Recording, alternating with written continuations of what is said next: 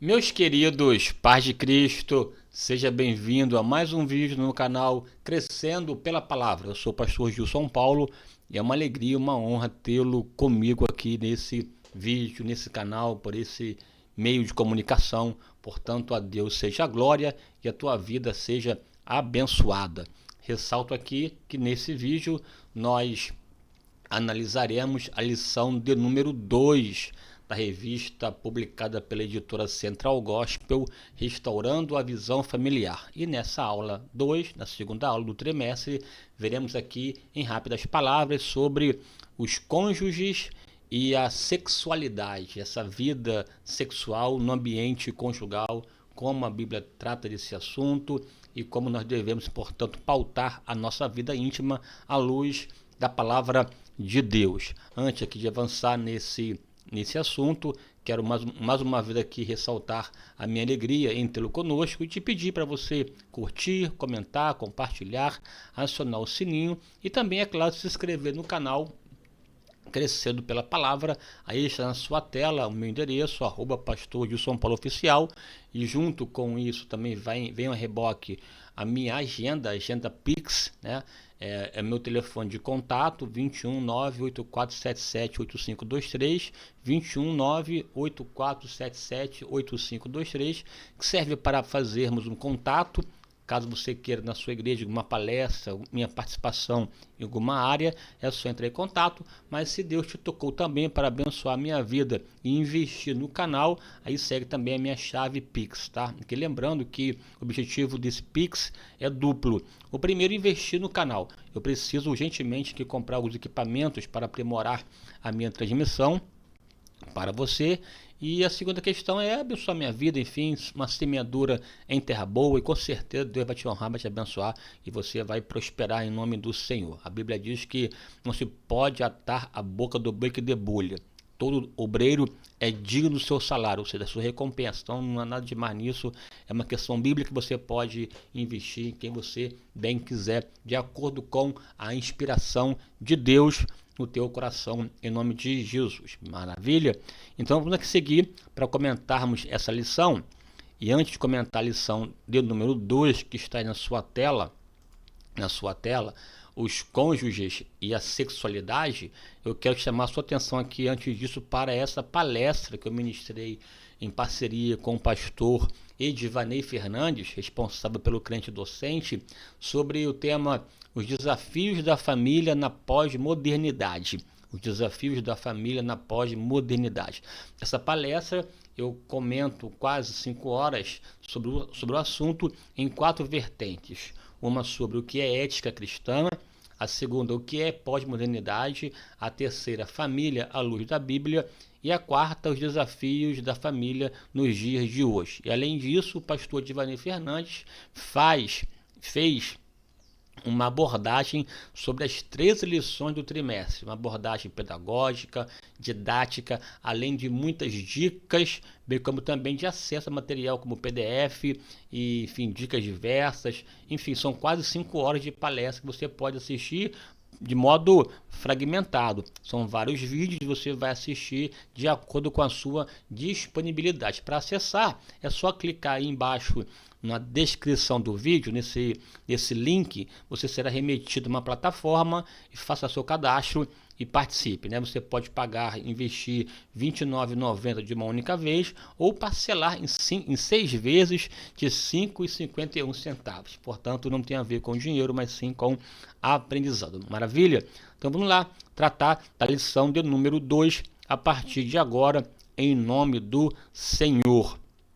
Em nome do Senhor. Veja aí na sua tela que o texto bíblico básico, Cantares, capítulo 7, versículo 1 ao 10.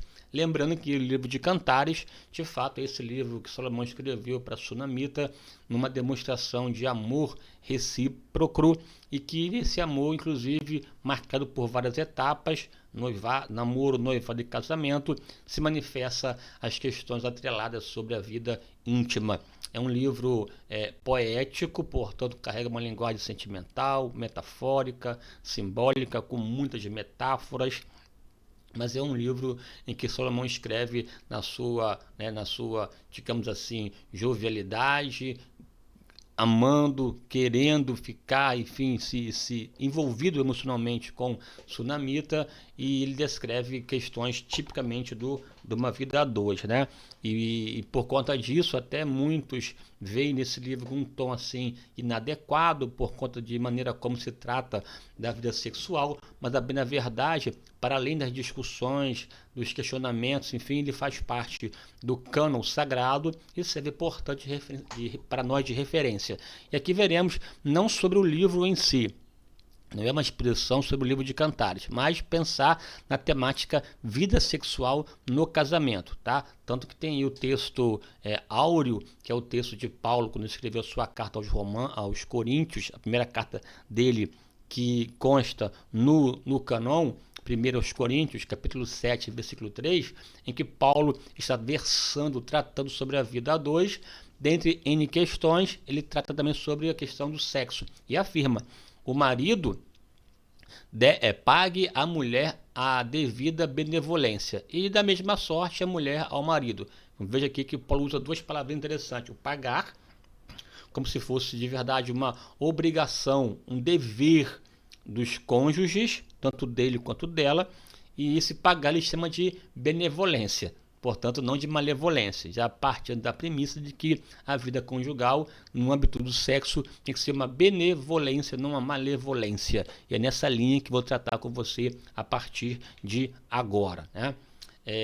Eu queria ler com você aqui o texto bíblico básico, só para sentir aqui a descrição do texto, sem entrar aqui a miúdo nele, e à medida que formos lendo, sentir essa ambiência, esse ambiente, né, essa descrição metafórica da vida a dois. E te aconselho, inclusive, a você ler na íntegra o livro de Cantares, esse cântico maravilhoso de Salomão, para você então deixar aí com que ele se inspire, que você, casado, evidentemente, tenha a sua vida intensa na presença de Deus. Diz assim, versículo 1 do capítulo 7. Que formosos são os teus pés nos sapatos, ó filha do príncipe. As voltas das tuas coxas são como joias, trabalhadas por mãos de artista. O teu umbigo como uma taça redonda, a que não falta bebida. O teu ventre como um monte de trigo cercado de lírios. Os teus peitos como dois filhos gêmeos de uma gazela.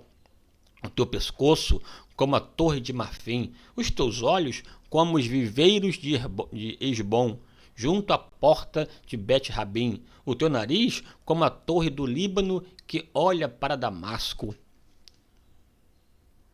A tua cabeça sobre ti é como o Monte Carmelo, e os teus cabelos da tua cabeça como púrpura. O rei está preso nas tuas tranças.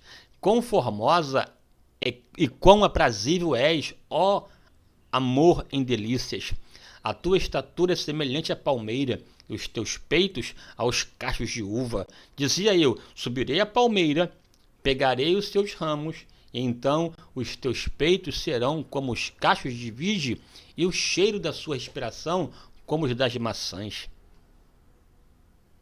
E o teu paladar como bom vinho para o meu amado, que se bebe suavemente e faz com que falem os lábios dos que dormem. Eu sou do meu amado, e ele me tem afeição. Vem, ó meu amado, saiamos ao campo, passemos as noites nas aldeias, levantemo-nos de manhã para ir às vinhas, vejamos se florescem as vides, se abre a flor, se já brotam as romeiras. Ali te darei o meu grande amor. As mandrágoras tão cheiro, e as nossas portas a toda sorte de excelentes frutos, novos e velhos. Ó amado meu, eu os guardei para ti. Cantares, cântico, né? Cantares de Salomão, capítulo 7, versículo do 1 ao 13. Que interessante, né? Uma descrição assim de detalhes do corpo de ambos, de sorte que na descrição já manifesta esse olhar, esse amor para com o outro. Vamos lá aqui, com calma, sem pressa, um tema complexo, um tema difícil, um tema sensível,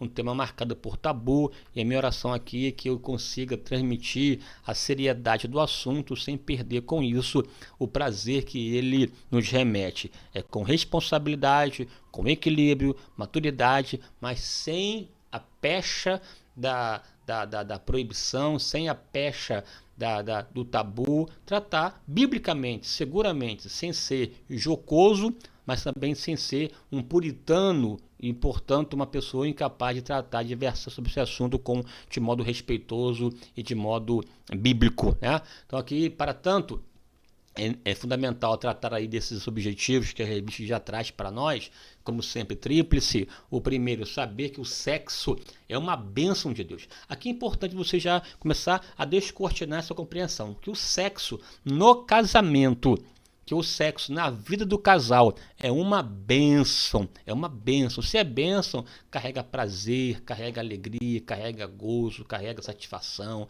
edificação, né? É fortalecimento diante da presença de Deus. Se é bênção, é de Deus. A Bíblia diz que a bênção do Senhor, ela enriquece e não traz desgosto, ela não traz descontentamento. A bênção do Senhor enriquece, ele é prazer. E o sexo é uma bênção de Deus para o casal, pois ele serve para tanto perpetuação da espécie, mas também serve como fonte de prazer de modo mútuo, né, nessa mutualidade. Segundo, compreender que o sexo fora do casamento é fonte de maldição. Veja, a pessoa pode transformar essa bênção em maldição.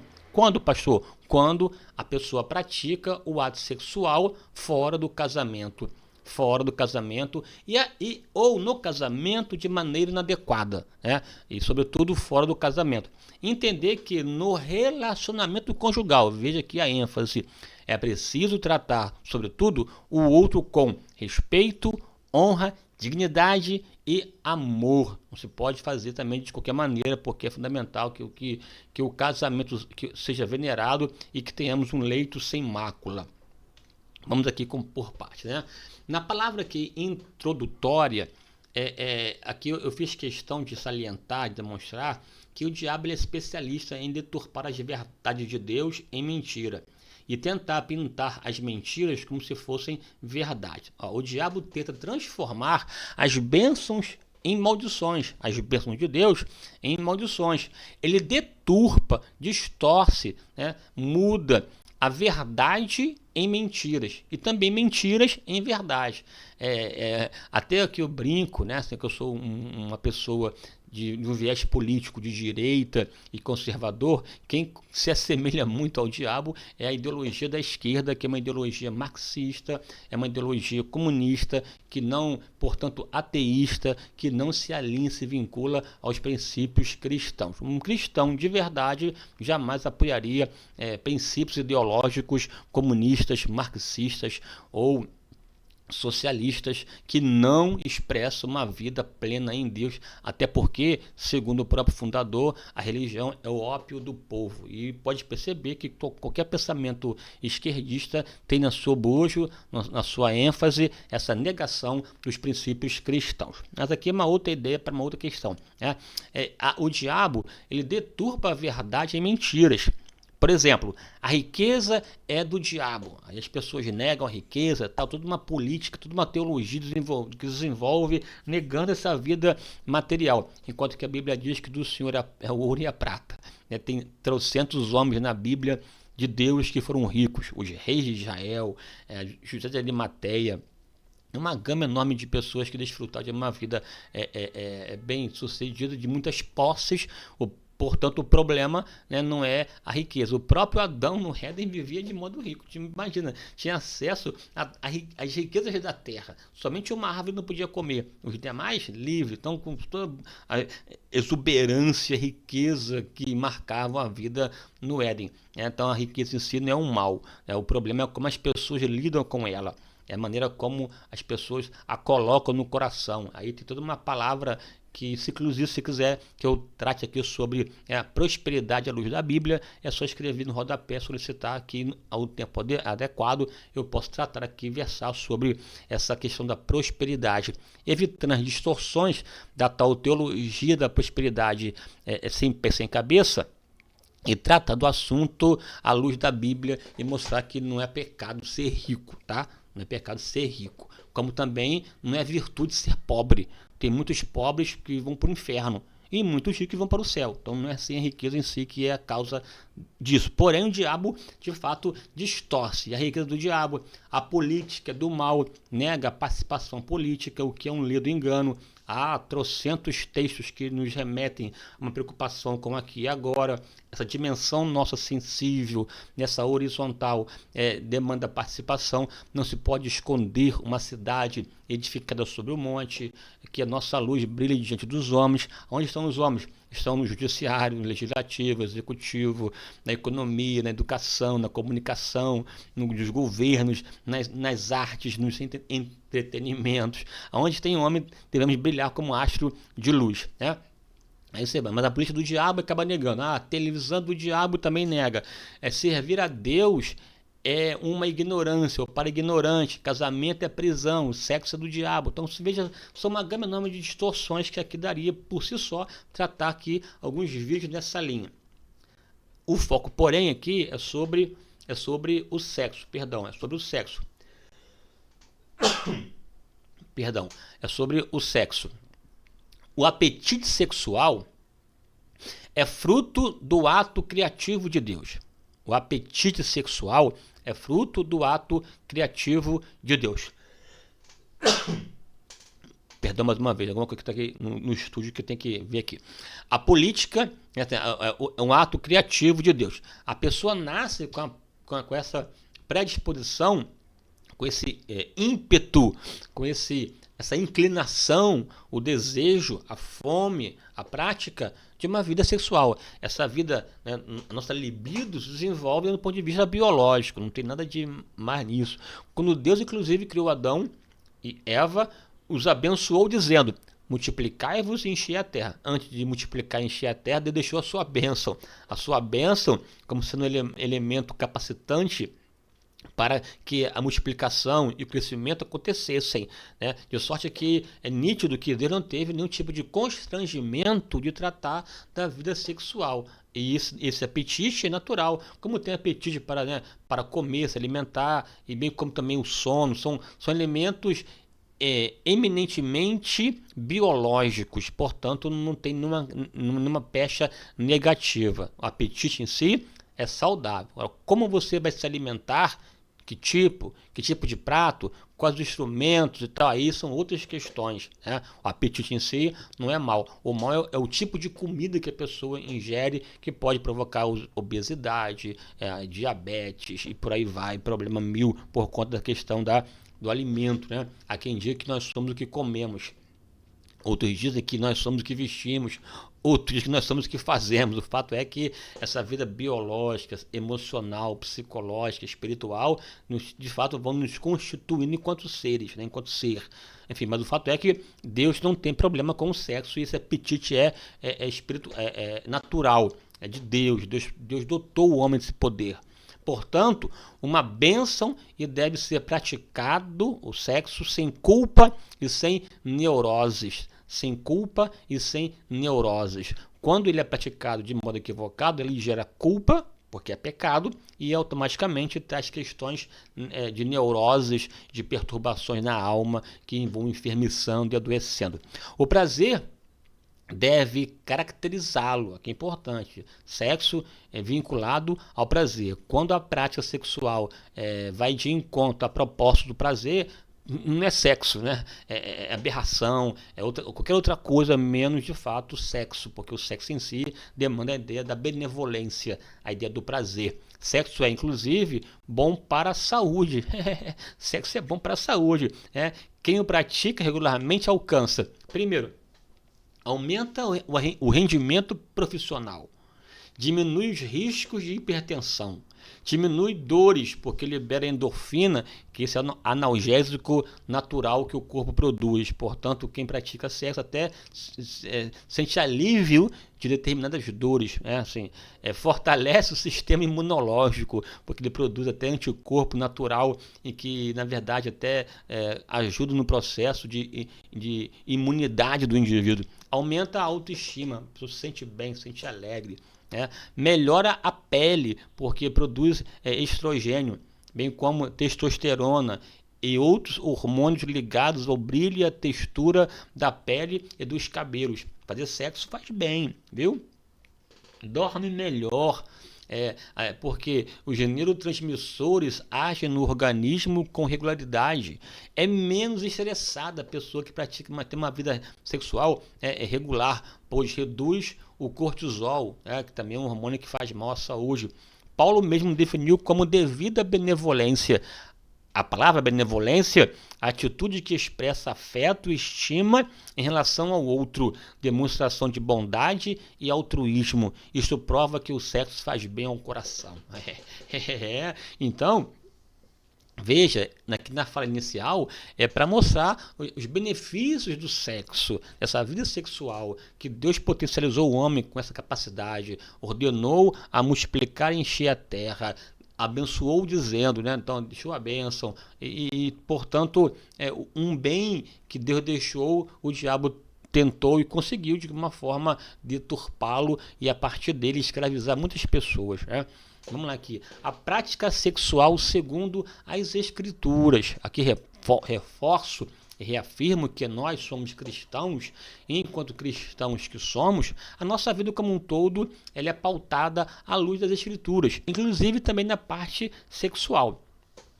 O homem, criação de Deus, né? O homem com toda a sua pujança, as suas inclinações no sentido de apetite, com toda a vida biológica, emocional que ele tem, que ele carrega, é resultado da criação.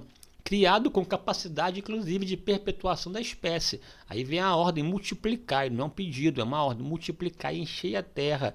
Essa ordem é porque o homem recebeu poder, recebeu condição. É tão verdade que essa vida a dois, ela inicia, né, a fusão dela, né, o estabelecimento, a consumação dela, da vida a dois, no contexto de Adão e Eva, aconteceu de fato nessa união, né, e unir-se a sua mulher e ambos serão uma só carne. E assim, então essa união de corpos estabeleceu como elemento fundante do primeiro casal, que você viu inclusive na aula passada. Aí te aconselho você a voltar aqui no meu canal e assistir tanto, né, a pregação, a aula em si que eu ministrei na ADVEC, Assembleia de Deus Vitória em Cristo, na Penha, ou a aula que eu postei no canal. Você pode escolher as duas versões, uma que eu dei aqui no meu estúdio, ou outra que você pode assistir, que eu ministrei na igreja, fiz um recorte e postei aqui no meu canal. Não houve, portanto, por parte de Deus, constrangimento sobre o tema sexo. O verbo iada, que tem a ver com conhecer,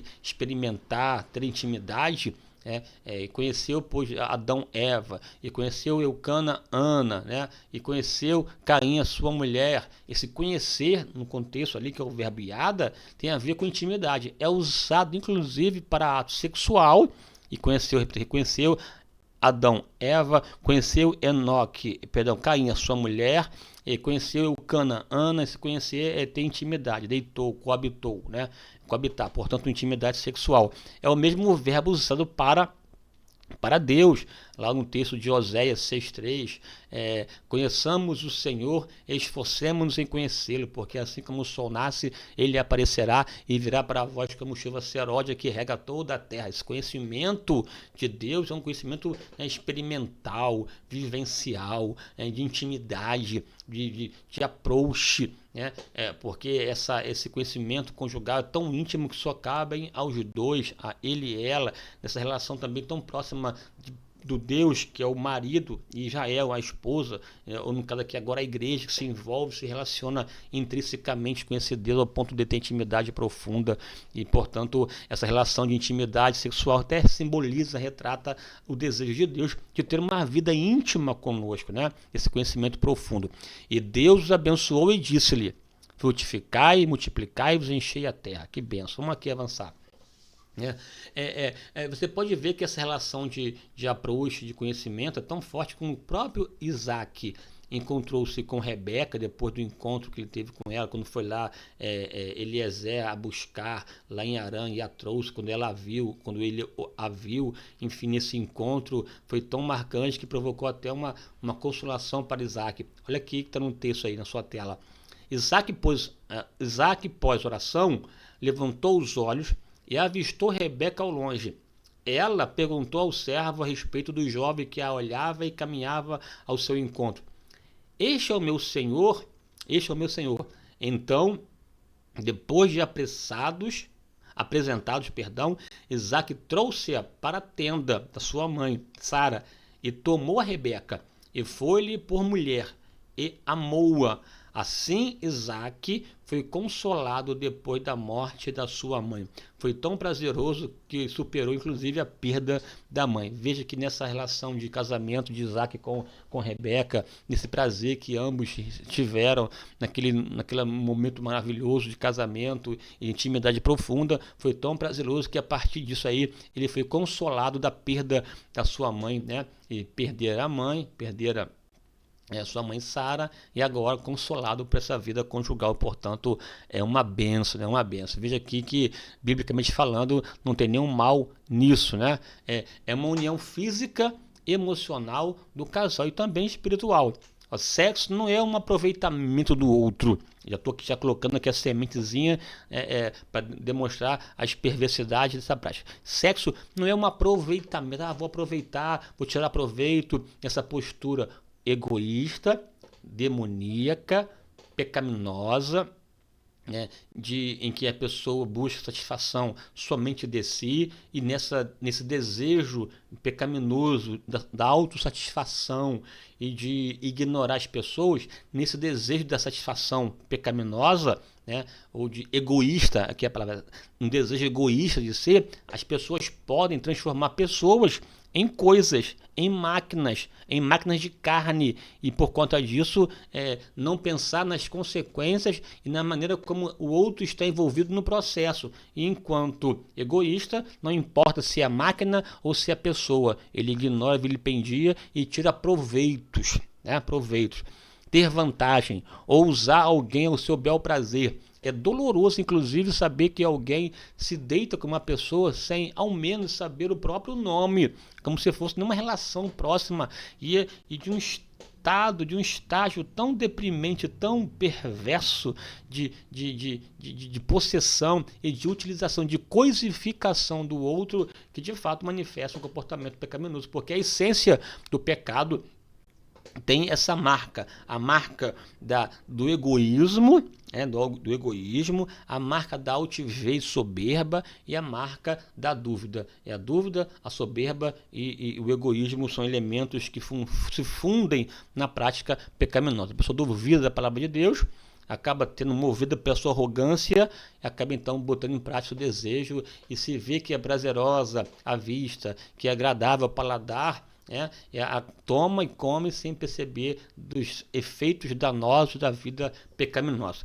Isto é pecado e traz maldição para os que praticam neste nível. Sexo envolve espírito, alma e corpo. Quando alguém se deita com uma prostituta, torna-se um com ela. Eu expliquei aqui no vídeo anterior, aí repito a você, vá lá e assista Casamento, lugar em que tudo começa. Eu expliquei exatamente Gênesis capítulo 2, versículo 18 ao 24, e me expliquei por que Adão disse: osso dos meus ossos, carne da minha carne, porque do varão foi tomada, e unir-se a sua mulher, e serão ambos uma só carne. Expliquei a miúdo isso, além de explicar também, é claro, far-lhe uma disjuntura para que esteja como diante dele.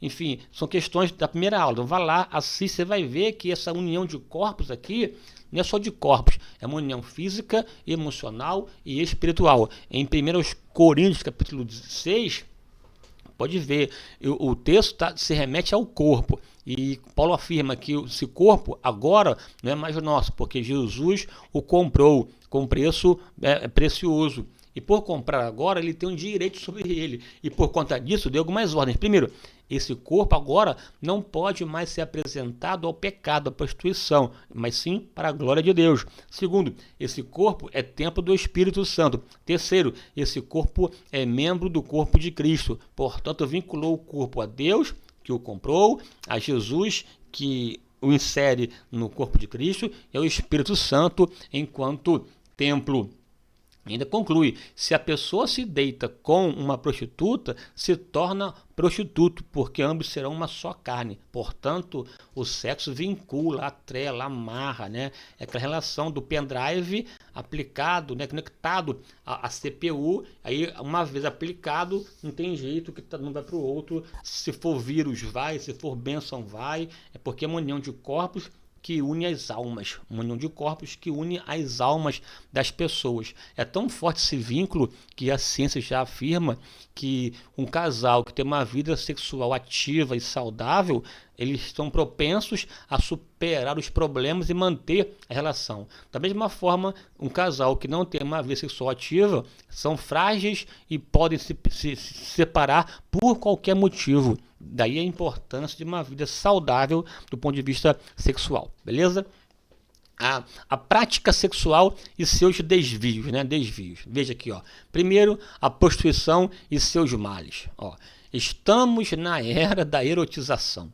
Aqui é perverso, né?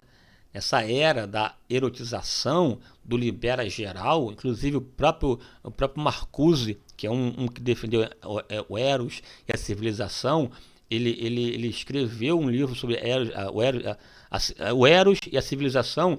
Ele declarou assim: não se pode limitar a sexualidade apenas aos órgãos genitais, visto que todo o corpo é envolvido pela libido. Delimitar o prazer apenas a parte do corpo é um ato de repressão. Ele, Marcuse, desenvolveu uma ideia de que assim, né, toda a história da sociedade, da civilização humana é calcada, é baseada na repressão. Porque a repressão, até ele faz um resgate, né, de Freud nesse sentido, e diz que Freud era necessária a repressão para que, se o homem desse vazão aos impulsos naturais, aos instintos primitivos, né, ao princípio do prazer, ele não conseguiria conviver, não conseguiria até estar com outro. Então, a repressão, seja esse processo aí de acomodação das forças da natureza ou os apetites naturais do ser humano, se não for esse controle feito, não teria como ter civilização. Portanto, a história da civilização é a história da repressão, seja a partir, né, desse aspecto em que a pessoa reprime o instinto, ou a pessoa aplica o instinto numa outra área, né? É a ideia do recalque, essa ideia aí em que você vai fazer essa sublevação da prática, ou seja, a pessoa, por exemplo, tem a tendência de matar, é um assassino impetuoso, ele gosta de sangue e tal, aí por conta da repressão ele vai trabalhar em atividades profissionais que envolvam corpos, seja um necrotério, ou seja, como um médico lá que abre o corpo, enfim, né, ele acaba se sublevando, ele acaba dirigindo esse ímpeto a uma questão que socialmente é aceita, né, porque não se pode viver a realidade movido pelo princípio do prazer, porque há esse contraponto no princípio do prazer e o princípio da realidade. A realidade impõe sobre o indivíduo, a partir de elementos educativos, das agências educadoras, né, da socialização, um freio ao seu ímpeto primitivo. Portanto, de alguma forma, ele tem que acomodar, né, assim, esse recalque das suas práticas, né? Aí nessa linha, assim, né, aí chega que Herbert Marcuse, um dos representantes da tal escola de Frankfurt, disse: não, avançamos muito, a sociedade amadureceu do ponto de vista tecnológico, de indústria e tal, e agora precisa de ter mais tempo, esse tempo tem que ser dado a essa vazão aos instintos primitivos, vazão ao princípio do prazer, e portanto deixar extravasar essa postura erótica da erotização, inclusive de crianças. É perverso, né? Perverso. Então tem esse contexto de essa erotização de crianças, porque no bojo dessa erotização também está atrelada para eles esse vínculo revolucionário. Não é à toa que tem uma gama enorme de pensadoras feministas que desenvolve a ideia da revolução sexual. Essa revolução sexual promoverá uma revolução social, porque a partir dela as bases são destruídas, e família enquanto uma superestrutura que mantém a sociedade vigente, atacando a família mediante uma liberação sexual, há uma mudança social e, portanto, uma revolução que tanto eles apregou, os marxistas, né, os esquerdistas e por aí vai. Assim, então, estamos na era da erotização. As pessoas estão dando vazão de modo assim, é como se fossem de fato uma prática bestial, perdoe-me aqui, né, voltando aos instintos animalescos, primitivos. É como se fosse, né, assim, como dizia lá o filósofo, né, o cinismo agindo como um cão, né? A palavra cinismo tem a ver com agir, se comportar como cão, né? O pensador desse pensamento aí do cinismo tinha essa prática. Ele até publicamente ele se masturbava publicamente porque agia como um cão e tinha que dar essa vazão ao prazer. Até porque o corpo era visto como algo negativo, portanto a vida libidinosa iria destruí-lo, e essa morte iria liberar sua alma enquanto ente libertário, porque o corpo era visto como uma prisão à alma. Enfim, a questão da filosofia não se aplica a nós. A matéria é de Deus, o corpo é de Deus, a vida é de Deus. Essa presença do mal, né, na matéria é uma ideia grega que não se aplica ao contexto do cristianismo, mesmo sabendo que o pecado afetou a matéria, mas a matéria é de Deus. Jesus resgata esse aspecto da vida como um todo, né? Eu sei que a natureza geme aguardando a geração plena. Esse mundo aqui, por conta do pecado, tem essa gênese, né?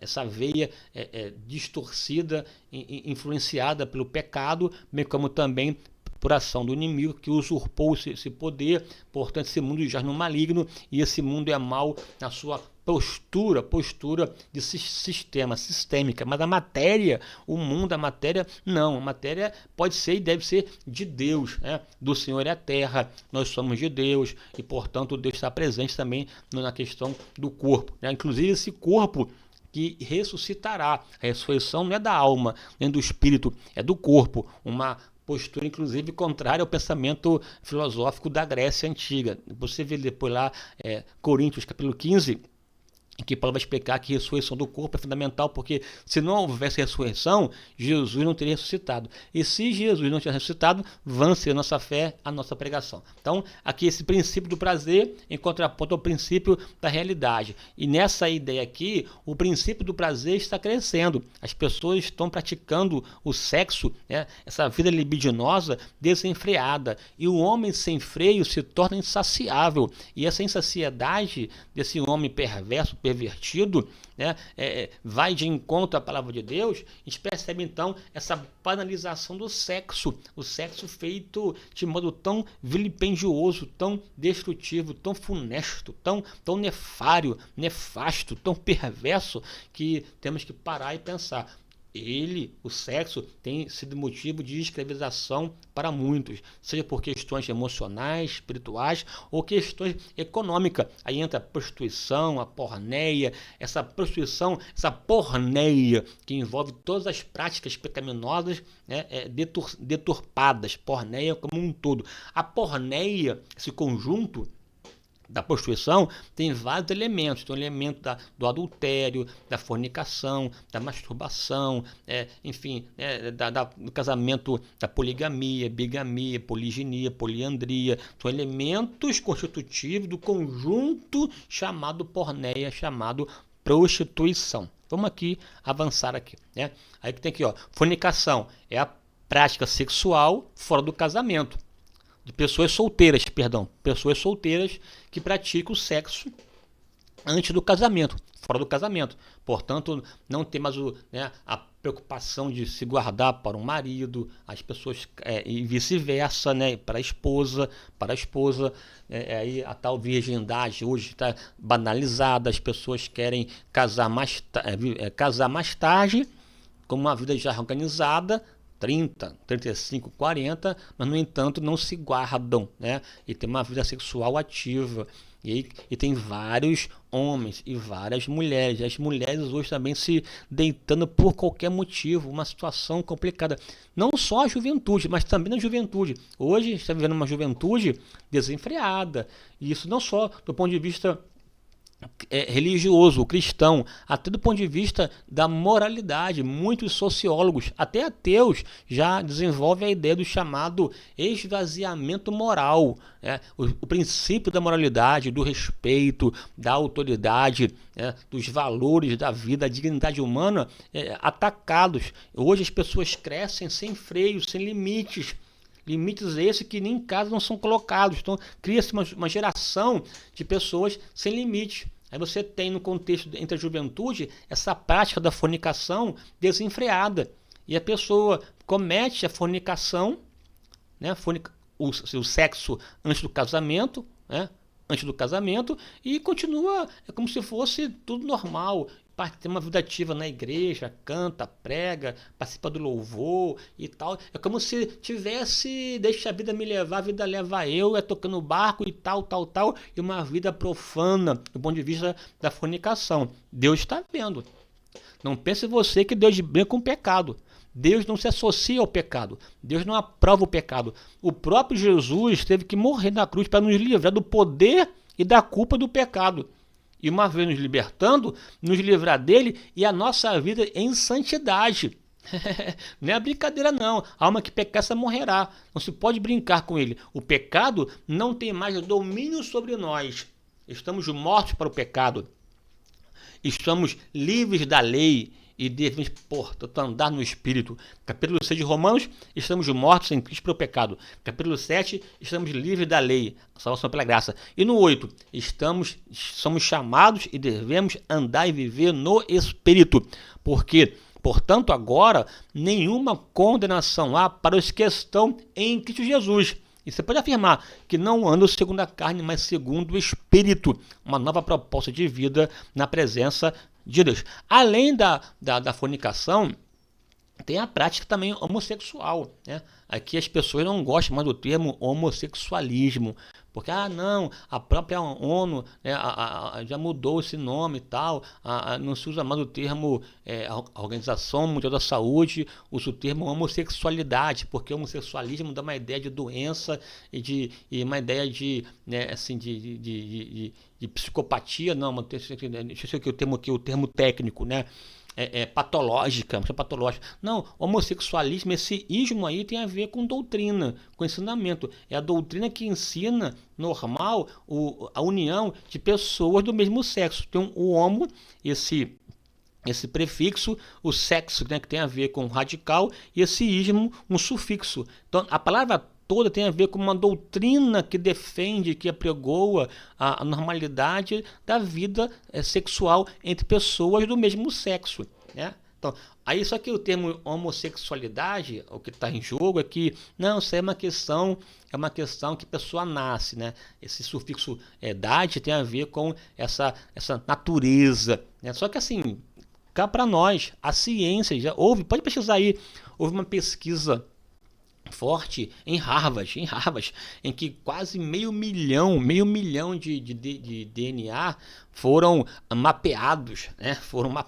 Quase meio milhão de DNAs mapeados, tá? De modo rigoroso, e não se achou nenhum gene homo, ele e ela, homo e mulher. Não existe gene homo, hétero, homem ou mulher, aqui não tem, é ciência. Só que, quer dizer, se a pessoa nasce, então teria que ter lá um gene homossexual, e não tem. A ciência biológica prova isso.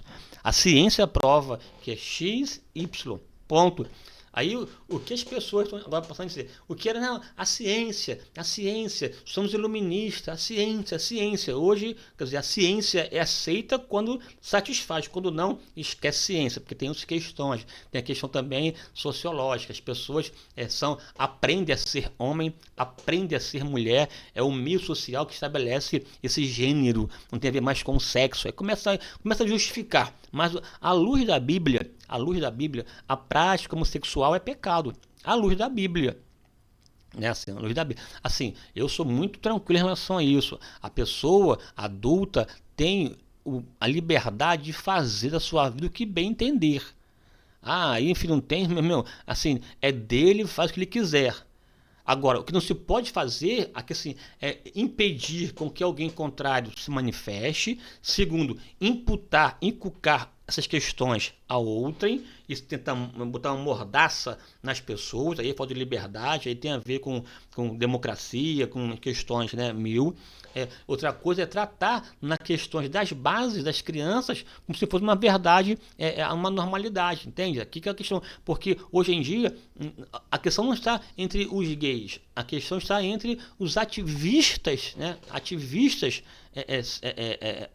homossexuais, né? Ativistas gay, o movimento LGBTQIA+, que tem uma proposta política, politizada. E se a política politizada tenta alcançar o poder, estabelecer leis e normas, aí tem toda a obrigação do poder estatal, aí é uma outra questão.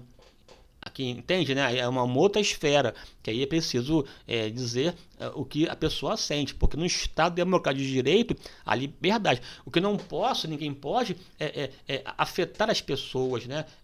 Atacar as pessoas, ou de fato aqui do agredido, do ferir, Cada um tem a sua vida, ponto final, não me meto na vida de ninguém. Agora, me impedir de dizer o que eu penso, não. E me impedir de dizer que a Bíblia diz que, de fato, a prática homossexual é pecaminosa. Deus não aceita. Aí você pode ver vários textos no Antigo Testamento, no Novo Testamento. Paulo, inclusive, diz que ficarão de fora os efeminados, os sodomitas. Esse efeminado e sodomita, efeminado, tem a ver com o homossexual passivo.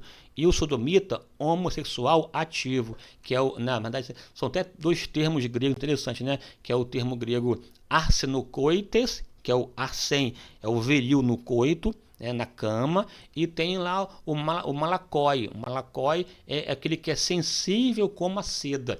É como aquele texto lá de Jesus, que foste ver no deserto, em lá São João Batista, um homem vestido de vestidos finos, malacói, em que o vento bate, a pessoa e requebra. Então, malacói ali tem a ver com o efeminado. Esse efeminado é o homossexual passivo. E o arsenocoite, que é o tal sodomita, uma referência a Sodoma, tem a ver com esse homossexual ativo. Ambos, para Deus, homossexuais. Aí a pessoa pode mudar, porque na minha cabeça a pessoa não nasce homem, é uma condição, é uma prática, ela aprende. Ela aprende, assim como aprende a fumar, a beber e tal, tá? A pessoa aprende essa prática, seja de maneira assim, né, por violência, ou por envolvimento da prática, ou agora como está na moda, a pessoa vai experimentar tudo e tal, enfim, né, a gente percebe hoje até artistas, e seja cantores e cantoras, ou atrizes e atores que hoje já numa idade já avançada, não me importa, eu quero amar, não importa se seja homem ou mulher, eu estou aberta para amar. Aí tem o poder midiático, essa ideia da influência e tal. É uma questão aqui que caberia ter inclusive uma abordagem própria para explicar o porquê desse ímpeto agora da tal ideologia de gênero, em que você percebe essa tendência de discurso, de prática, e um exército de verdade militando contra isso, né? A favor disso, né? Uma militância muito grande.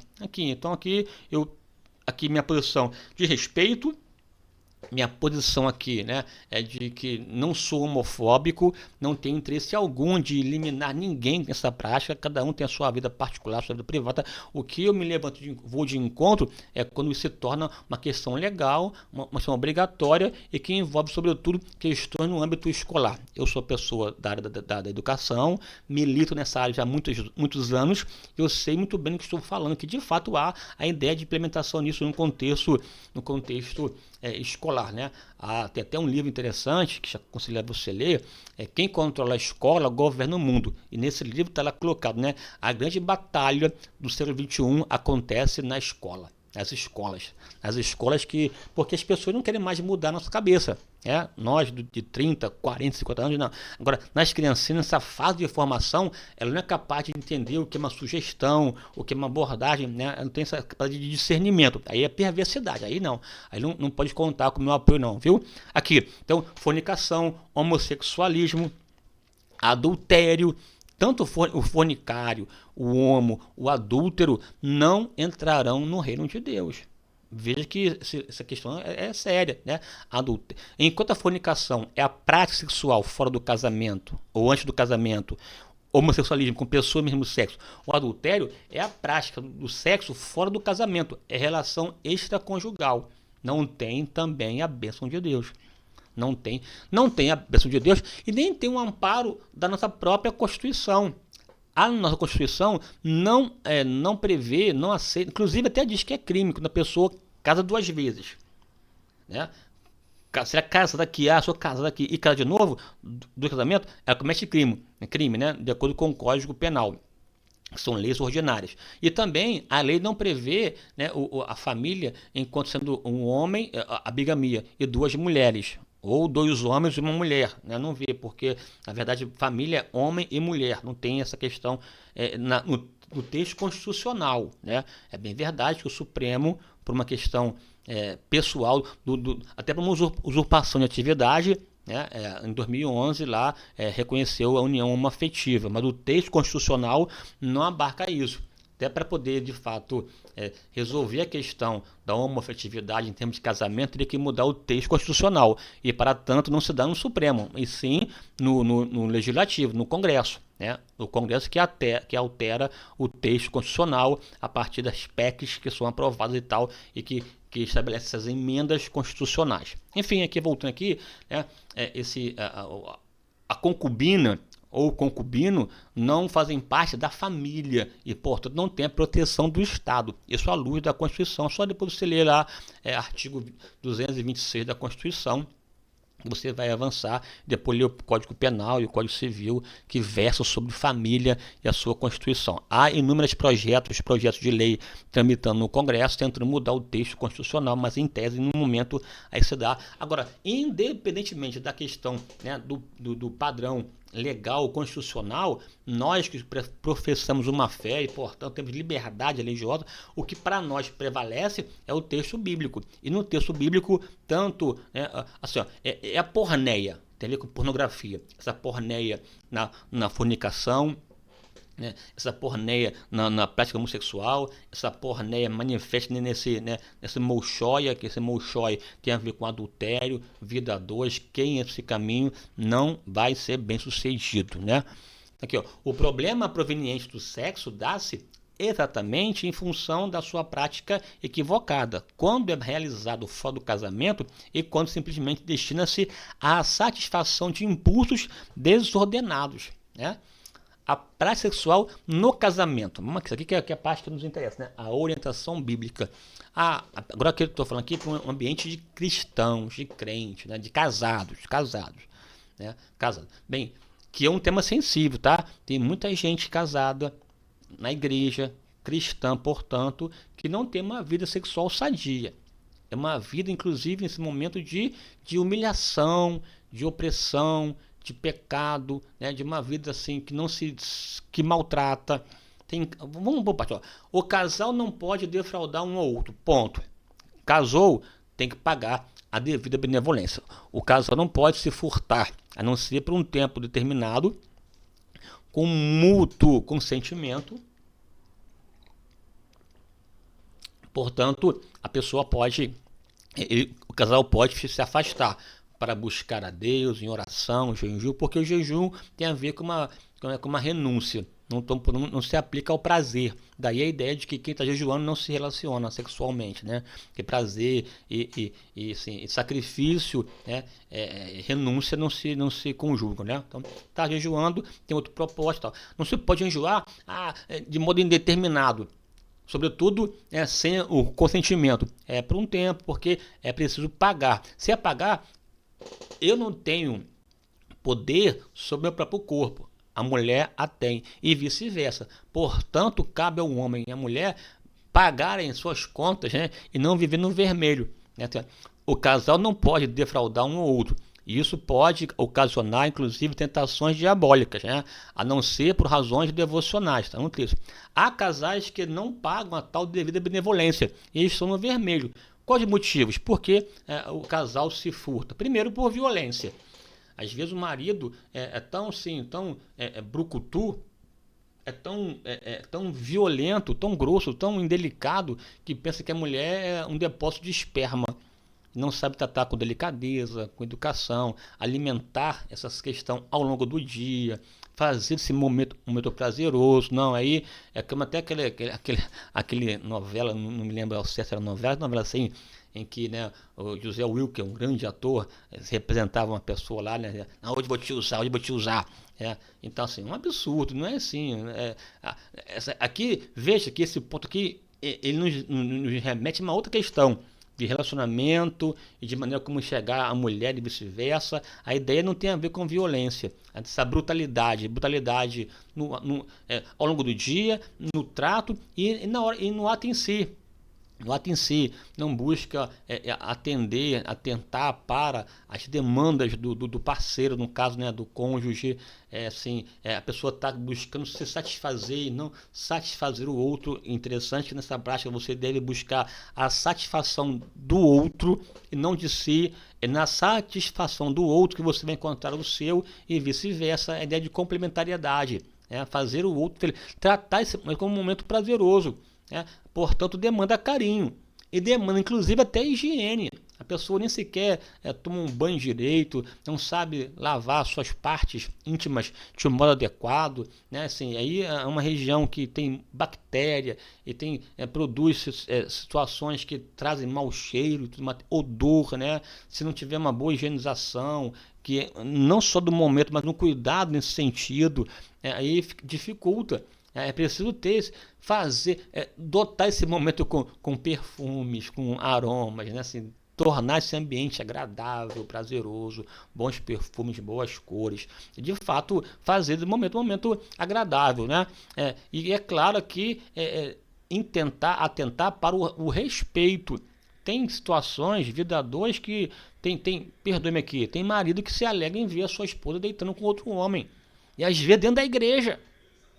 E falei, né? Vou cortar aqui porque tá gravado, né? Vai estar aí no YouTube. Assim, mas tem esse lado. É preciso ter esse lado do respeito, da dignidade, da santidade na prática. A prática em si é prazerosa, mas feita de maneira correta.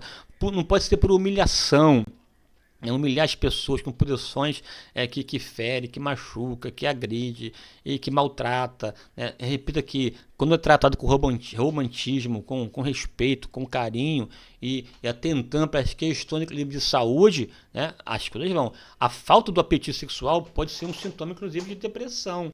Então tem que saber o motivo e tal, né? Se a pessoa não tem esse apetite todo, é importante buscar um especialista, buscar, né, ajuda médica nesse caso, né? A pessoa que às vezes no casamento, né, tem um homem, um dos cônjuges tem um apetite maior e o outro um apetite menor. Quem tem um apetite maior, buscar frear a situação, acomodar, dar um equilíbrio, porque tem mecanismo que pode liberar energia de outras formas. E quem não tem, buscar também se alimentar e buscar ativar esse processo para poder ter um equilíbrio nessa prática aí. O mais, um pouco menos, o menos, um pouco mais, e achar um equilíbrio e ter uma vida sexual sadia, né? Estou aqui tratando as questões aqui de modo mais aqui aberta, ampla, e tratamos esse assunto de maneira mais reservada, né, num espaço adequado para tratar desses assuntos de maneira mais consistente, né? O ato sexual deve ser recheado de afetividade, carinho e alegria. Veja o que o texto bíblico diz: seja bendito o teu manancial. Aqui, manancial é a vida conjugal. Seja bendito o teu manancial. Alegra-te com a mulher da tua mocidade, como serva amorosa e gazela graciosa. Aqui tem que ver a comparação, que você que essa serva, né, do serva amorosa e gazela graciosa. Saciem-te os seus seios em todo o tempo, e pelo seu amor ser atraído perpetuamente. Além de alertar sobre os perigos da moralidade, o escritor estimula a prática sexual. É importante que a sede seja saciada em casa, né? Então, veja que aí tem histórias de os povos, né, os caras antigos e tal, de geração, até tinham seu momento cobertos e tal, embaixo do lençol, porque não queria ver a nudez do outro. Não. Ali é um momento que você está na intimidade com o seu marido, com a sua esposa. Deus está presente, uma só carne, e não tem nenhum tipo, desde que seja feito esse leito sem mácula, né? Pode tudo? Pode tudo? Não pode tudo, não. Não pode tudo. Pode o que é consentido, pode o que é tolerável, pode o que é saudável, pode o que traz benefício e não malefício, tá?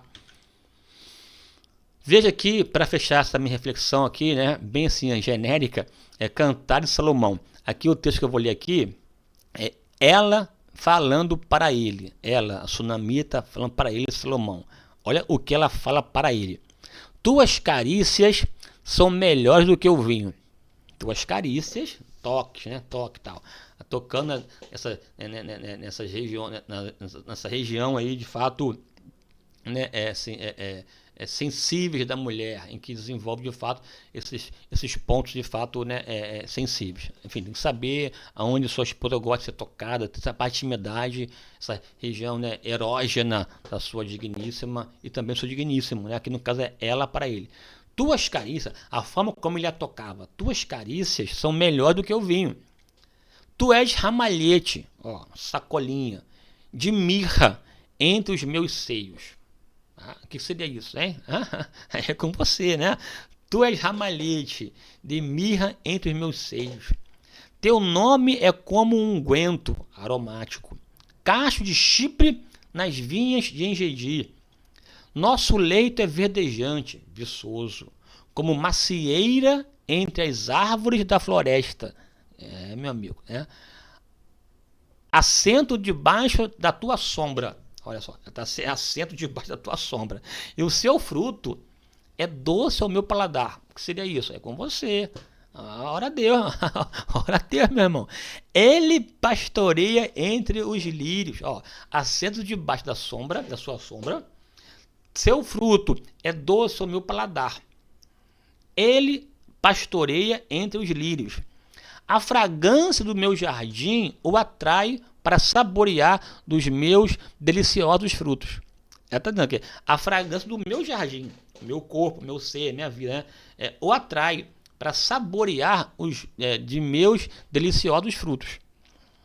O meu amado desceu ao seu jardim, ela, ao canteiros de bálsamo, para se alimentar nos jardins e para colher os lírios. Olha só, o meu amado desceu ao jardim, e jardim aqui é ela, aos canteiros de bálsamo, aos lugares mais sensíveis, para se alimentar nos jardins e para colher os lírios. O que seria isso? É com você. Eu sou do meu amado, e o meu amado é meu. Ele se alimenta entre os lírios.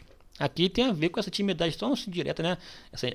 Esses toques, esse acesso ao corpo da sua digníssima, de maneira que promovia prazer e tinha prazer em ir, e tinha prazer em receber a visita do seu amado ao seu jardim, e nessa visita saborear, né, toda a beleza das flores, os perfumes das flores, e claro, também saborear dos frutos contidos nesse jardim, tá?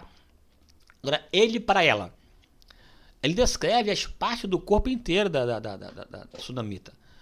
Os olhos como pombas, cabelos como rebanhos de cabras.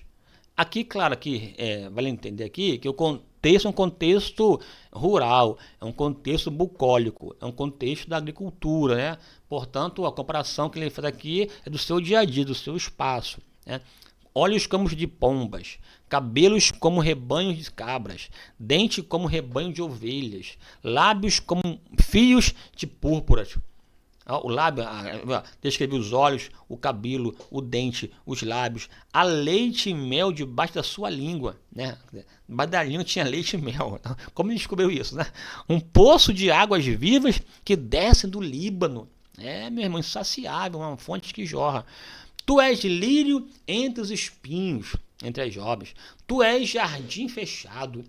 Descreve todas as partes do seu corpo, capítulo 7. Suas carícias são mais agradáveis do que o vinho. Digam ao meu amado que estou enferma de amor. Admiração dos pés, são formosos. Das coxas, como joias trabalhadas por artistas, curvas de suas coxas. Umbigo, taça redonda que não falta bebida. Não falta bebida no umbigo dela. Ventre, monte de trigo cerrado de lírios. O homem estava de fato faminto, né? Seios, 2 filhos de gêmeos de uma gazela, cachos de uva, sabor. Pescoço, como torre de marfim, torre de Davi. Olhos, como viveiro de Hesbom, piscinas de Hesbom, como água tão pura, tão limpa que refletiam os céus. Nariz, torre do Líbano que olha para Damasco, torre que protege. Cabeça, como um monte de Carmelo. Cabelos, como púrpura, pelos negros de cabra que desciam pelas colinas de Gileade. Resultado, estou preso em tuas entranhas, né? Em tuas tranças, né? Em tuas tranças, perdão, aqui, preso em tuas tranças. Porque, né, o pescoço é como palmeira, vou subir as palmeiras, né? Beijar o pescoço e tal. Tudo uma questão aqui, erótica. Aqui detalhe, né? Esse amor, esse eros, quando fala do casamento, é pecado. Agora o eros, né, esse apetite, no casamento, bem praticado, é saudável, tá? É saudável. Aqui, amor em delícias, donzela deleitável, filha da delicadeza, estatura de palmeira, porte elegante, enquanto frutífera oferece tâmaras, ao mesmo tempo altiva e delicada. Dizia eu, subirei a palmeira, pegarei seus ramos. Descontrole total aqui do camarada. Respiração como maçã, lábios e respiração sedutoras, faltou fôlego. Paladar como vinho, beijos encantadores que escondem suavidade, né? Enfim, veja aí que de fato as coisas são interessantes, né? Até que, para fechar essa minha reflexão aqui, bem rápida aqui, é sobre aqui o aspecto das diferenças entre homem e mulher. Em tese, tá? Em tese, de modo geral. O homem, né, tende ao amor estético. Se bem que é verdade também que a mulher também, ao ouvir, também se estimula. Mas ela começa o processo a partir do que ela ouve, escuta e tal, né? Tende ao amor ético. Aqui ético começa na conversa. Não é que ético enquanto, né, a ideia do puritano, mas sim a ideia de fato do respeito, da dignidade, da inteligência, né, do encanto, e vai envolvendo isso quando de fato, né, assim, tem uma questão para além da anormalidade, né? Ou melhor, a normalidade é uma outra coisa, aqui no aspecto normal. O homem tende ao amor quantitativo, a mulher de fato qualitativo, né? Não tem a ver com o resultado final, sim com o processo para a mulher. O homem mais o fechamento, né? Quer correr para a galera, fazer o gol. Ela tende mais a dar partida como um todo, né? Enfim, deseja o corpo e depois a pessoa. Ela deseja primeiro a pessoa e depois o corpo. É estimulada pela visão e ela é estimulada pela audição e pelo tato, pela conversa, pelo envolvimento, pelo relacionamento como um todo, tá? Tende a atrelar o ato sexual ao corpo, ela tende a atrelar o ato sexual às emoções. Precisa do sexo para manter o casamento. Precisa de carinho, afeto, proteção e sexo. É muito mais do que sexo, né? Vê o sexo de modo centralizado e descontinuado. Ela não, ela é um processo, tá? Vê o sexo de modo descentralizado e continuado. Conclusão. De tudo que foi exposto, destaco algumas lições para nós. Primeira, sexo é bênção somente no casamento. Segundo, quando praticado fora, se torna maldição. Terceiro, no casamento, é necessário praticá-lo com pureza e santidade, visando o prazer. Quinto, tudo que fazemos, devemos fazer para a glória de Deus. Deus tem sido glorificado por sua vida sexual. E aí, o que você tem a dizer, né? Agora é com você. Agora é com você. De sorte que você precisa entender que é uma bênção. Deus te chamou para você, de fato, te deu poder para você ter prazer, né, alegria e de fato complementariedade com sua esposa e vice-versa, mas faça isso para a glória de Deus, viu? Deus te abençoe, um forte abraço. Aqui peço perdão a você caso tenha dito aqui alguma coisa que você não tenha gostado. Enfim, a ideia aqui é tratar aquilo que eu vejo, que eu penso, sem ser muito detalhista, mas também sem me furtar de questões outras. Não tratei aqui de práticas em si no casamento, porque aqui não é um canal adequado, mas caso você queira minha opinião sobre termos assunto nessa linha, é só botar aqui embaixo e perguntar que eu vou te responder em nome de Jesus, viu? Fique com Deus, Deus te abençoe, até a próxima, amém.